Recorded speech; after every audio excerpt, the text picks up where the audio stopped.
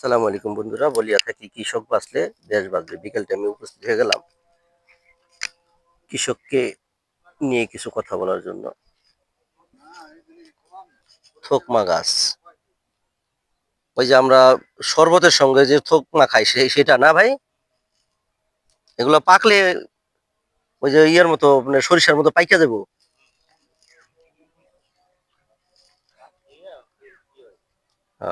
দর্শক, এগুলা বলে থোকমা গাছ, যে আমরা শরবতের মধ্যে ইসবগুলের ভুসির সঙ্গে রমজান মাসের মধ্যে খাইয়া থেকে এখানে থোকমা গাছ লাগানো হয়েছে।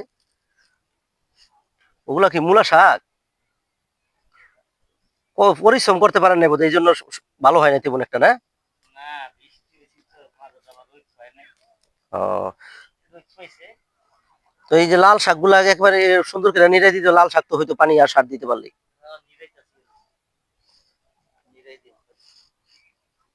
থোকমা গাছ দেখলেন দর্শক, এই থোকমা গাছে যদি আমরা কেউ বাড়িতে লাগাইতে পারি, তাহলে এই থোকমায় তো অনেক উপকার মানুষের জন্য, মানব দেহের জন্য।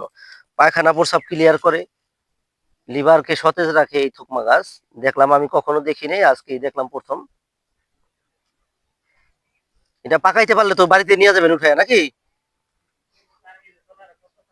মানে এটার দানা পইরা আবার এখানে অনেক গাছ হয়ে যাবে। মার্শাল্লাহ, মার্শাল্লাহ।